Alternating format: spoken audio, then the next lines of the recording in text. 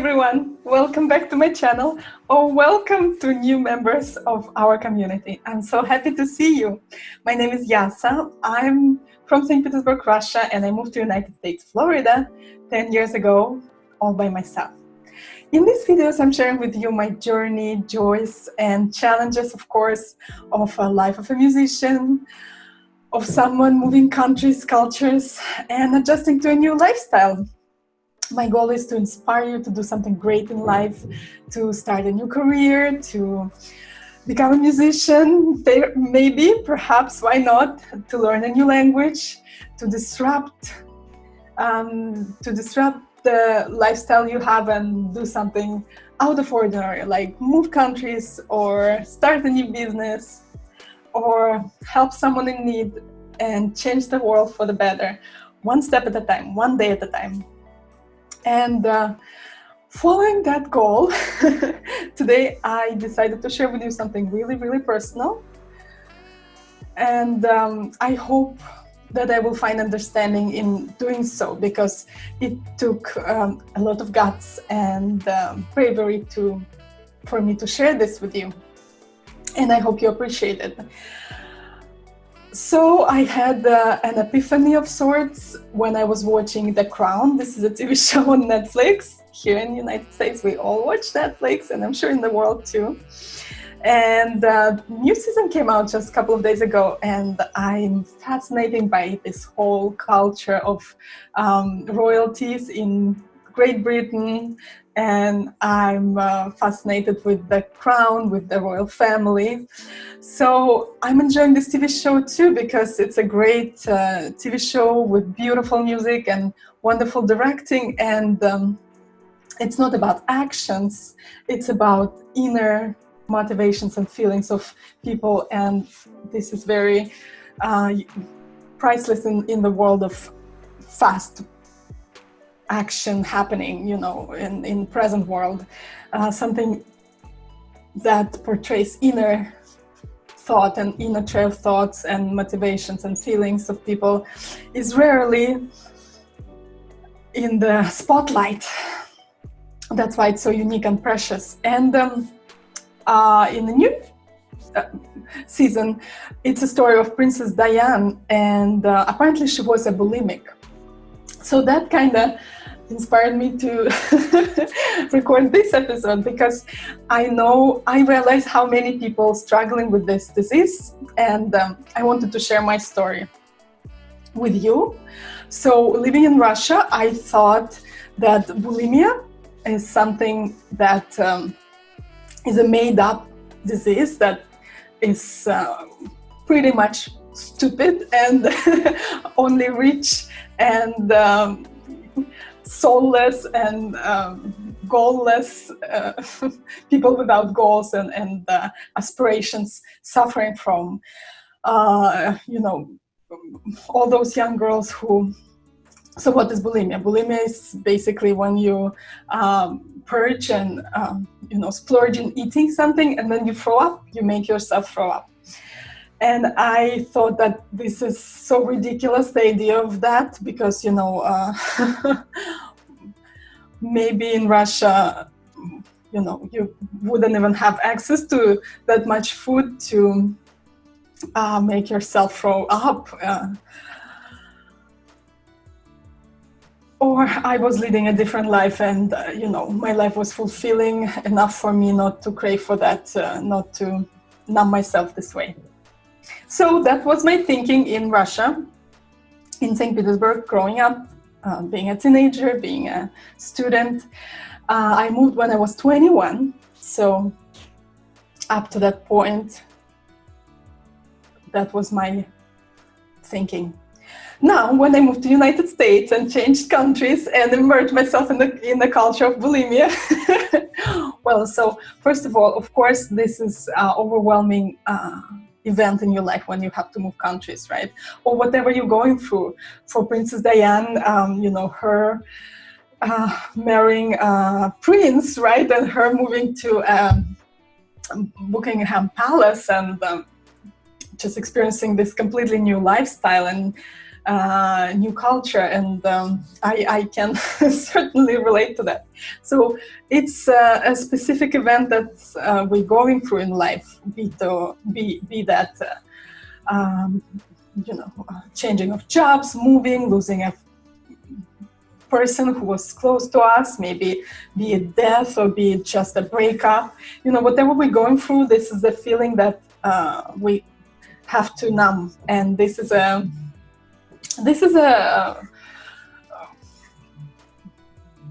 medication that we go to. Some people go to drinking, some people go to drugs, some people go to food. So that's exactly what I did when I moved to the United States. First of all, the access of food was just unbelievable. In my university, we had pretty much unlimited access to cafeteria, and I lived on campus, so I could eat as much as I wanted, and I was all by myself, so no more control from my parents. First time in my life, I was all by myself. So I allowed myself to splurge in food, and I guess there is something also in food here that makes it so delicious and so addicting, so it's hard to stop. So actually, this is a common knowledge that everyone who moves here gains weight in the first year of being here. And this is just a fact, because something really different in food here, and it makes it either addictive or just, more fattening. More calories. I don't know much about it, but it's common knowledge, and I'm a living proof. I did gain weight. I became, if you look at my pictures back, I became bigger, much bigger. You could see the difference. I wasn't per se, overweight, but you can see a noticeable difference for sure. And I didn't like that, of course, and I was afraid of gaining more weight. And what did I do? I discovered this remedy that so many before me discovered, and that I was looking down upon in my youth. I discovered the remedy of bulimia, of making yourself throw up. So, you do it once, and then you do it again, and it's just so easy to do, and it's all of a sudden becomes a habit. And then all of a sudden you find yourself doing it every day, and it allows you to eat all the delicious desserts, all the fattening food in the world, as much as you would want, and you actually overeat on purpose just to make yourself sick later on. So that happened to me, and this is a very big lesson for me. I truly imbibed what my mom was telling me before. She was telling me that everything what you look down upon in your life will come back to haunt you. So don't ever judge anyone or anything. Don't ever feel that you're above something and despise something. Because in some ways, life will find a way to put it back in your life and pay you back and show you that this is something that very well can happen to you as well. Be that you're afraid of or despise, alcoholics, or you afraid of homeless people, and you're mean to them, or be it as it may, it might very well happen to you. You might end up becoming an alcoholic, or marrying an alcoholic, or you might very well lose all your money and end up being homeless. And this is just a circle of life that everyone goes through. So, compassion and mercy are our guiding stars in life. Anyways, and back to my story, I found myself doing it every day, and it became so easy and such a habit that it was just impossible to break.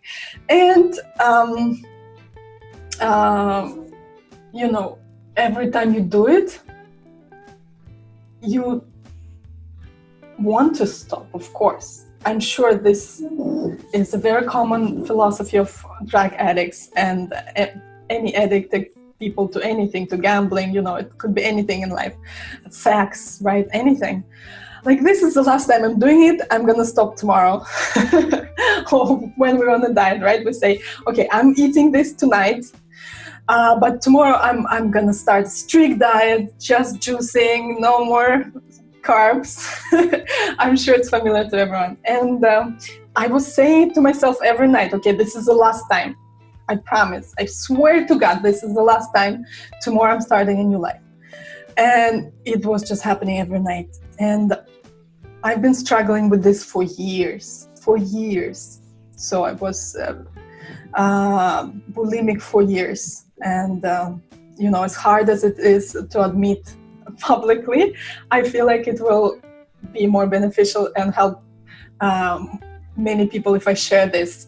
And because it's something that can happen to all of us, even to me, to a Russian girl who thought that this is a made-up belief and made-up disease and it just doesn't exist. This is ridiculous. And it happened to me, and I've been struggling with this for years. And I overcame this, girls and boys. I know men go through this too. I actually met people who go through this here a lot, and it is pretty much a very American disease, but I know it's happening all over the world. But well, it happened to Princess Diana, for example. And anyways, I just here to tell you that you will overcome this, and it's possible to end this. Because I did, and for many years now, I'm bulimia free, and I'm so happy and so grateful for this. But at the same time, I'm very, very careful not to slide right back, because I know, as any addict now, I understand so well, alcoholic addiction, because I understand so well now why they don't drink a drop of alcohol when they sober. Because once you start with one drop, for us addicts, we won't be able to stop. So I know this about myself. So I know food that triggers me. That's why I don't eat at all. And I know that it will bring back the memories if I do eat those high fattening, high carbs foods that I used to eat during my time of bulimia. I know that if I eat them, it will trigger the same mechanism in my mind and my memory. And I know that it's stronger than me. I mean, I am stronger than this, but at the same time, I'm very cautious. I don't want to give it a chance to come back to my life, and that's why I completely avoid those foods. I completely avoid the situations that would bring me to closer to the opportunity to get back to this, because I know how fragile the piece that I have right now is. So I'm very, very protective of that piece. And you will have to do what you have to do. If it's my advice is, if you know what triggers you, you will have to drop it completely. Like, that just doesn't exist in your life, and you see people doing it, okay, well, don't indulge watching them doing it too, because you'll get you'll get seduced.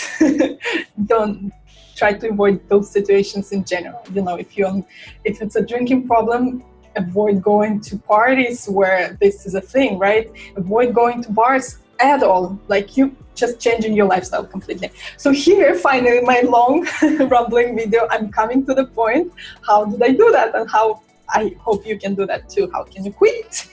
You have to change your environment completely. So what healed me, that for a summer, a certain year, I don't remember when, 5 years ago, maybe, for a certain summer, for a couple of months, I went back home to Russia.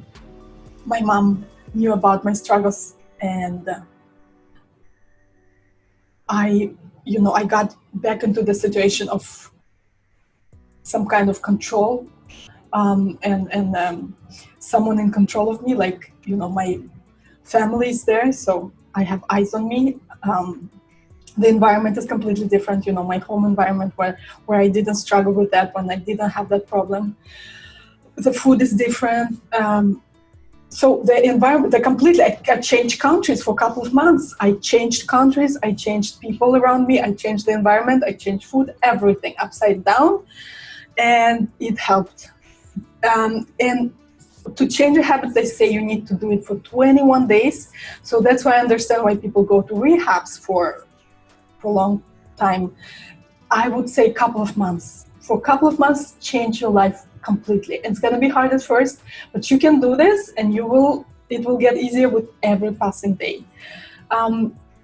You have to, if you can, move away, go to rehab, move to another city, change people around you, or completely change lifestyle. If you're going to parties, no more. This doesn't exist in your life anymore. And it has to be a couple of months at least for you to get used to your new habit. So I found that this is the only thing that helped, because I believe if I would stay here in the same routine that I used to have, I think I would be bulimic still. So once I came back to United States after those couple of months, I did my best to be strong and to keep the routine that I already had in Russia. And it was much easier because it was already a new routine for me. So I avoided all the triggers, going to sleep earlier, don't stay late at night because that's when it happens.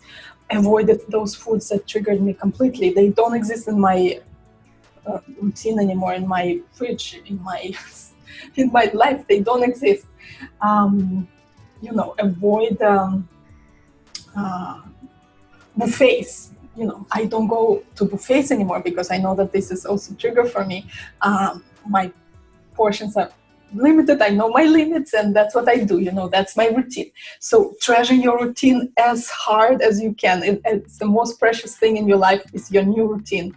Protect it with everything you got. So now some kind of sleep back.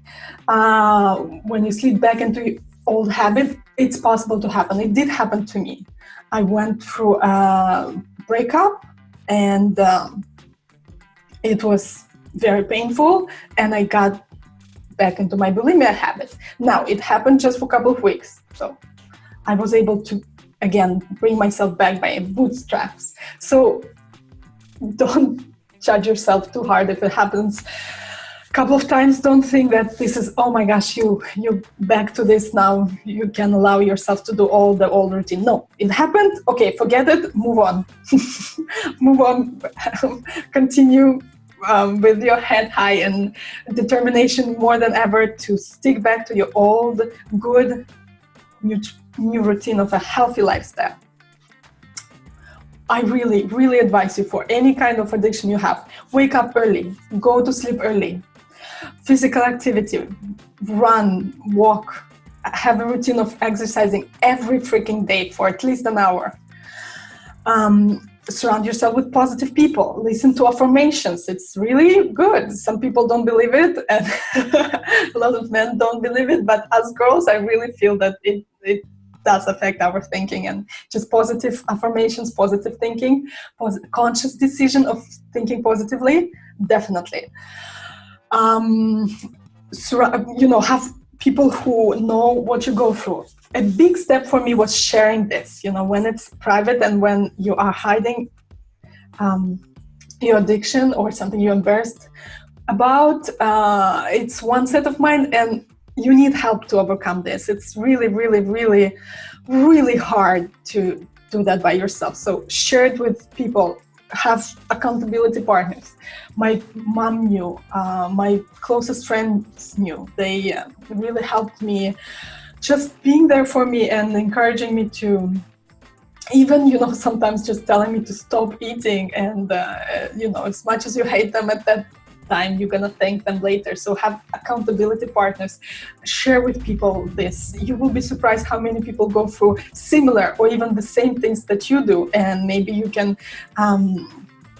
double your efforts and partner and overcome this together, if you can join any kind of meetings, AA meetings or support groups for bulimics, definitely do so. This is a great way also to have accountability, to share with people your struggles, your journey, and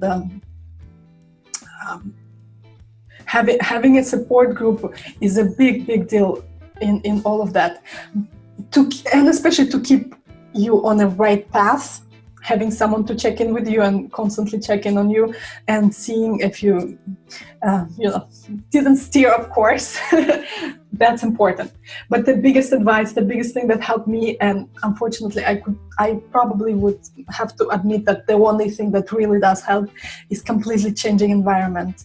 For me, was moving back home. So if you're living out on your own and you're struggling with something serious, consider moving back home with your parents for a couple of months only. You're gonna hate them for looking after you, for being strict with you, for not allowing you to splurge on your bad habits. But in a couple of months, you probably will feel better. And 21 days, it takes 21 days to break a habit and to make a new one. If it's something that's been going on in your life for many years, probably it will take longer. Consider 3, 4, 5, 6 months. But you have to do it. It's your life. It's your only life that you have. And it's not going to get better if you're going to continue doing what you're doing. It's going to only get worse and worse. And it's almost impossible to do it on your own. So the only thing that helped me is moving completely to another country and going back home, and changing environments, seeking support, sharing with friends, having accountability partners, and just living a healthy lifestyle. Just tell yourself, okay, that's gonna be a new life, and if you make mistakes and things happens in life, forget it. It's only one time. You slipped, that's fine. Move on. Forget it, move on. Nothing is ruined. You can do this. Guys, it's been hard to share this with you, but I'm happy I did, because I'm hoping that it will help someone, because those things are real, and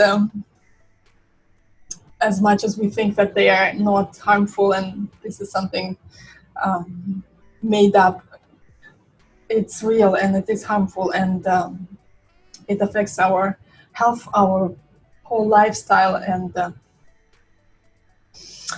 we're there for each other. A lot of people go through this, and everyone goes through something, and we all suffer in the same way, unfortunately. It's a great thought from Tolstoy, from War and Peace. Tolstoy is one of my favorite authors. In War and Peace, he said that it doesn't matter if you're royalty or a peasant, you suffer the same amount of pain as you dying from hunger in the peasant field, or being on a ball and your shoes are too tight. Unfortunately, I know it sounds shocking, but unfortunately our souls designed the way that we suffer from our from everything, from life, as extremely as the next guy. And we can always remind ourselves that someone else is in a worse position, that people don't have food, but the truth is, rich cry too. And never be jealous of anyone's lifestyle or anyone's fame, because, oh goodness, believe me, they're as unhappy as we are. We all are. We all trying to figure out life as best we can. I think I'm digressing and already talking about a different topic. I love you guys. Happy New Year. Merry Christmas. Happy Hanukkah. Happy holidays to all. If you can, please like and subscribe, because this will support me in this oversharing journey of mine. I truly love you, and I truly wish you the best life you can live, a healthy life. With that, see you soon. Bye.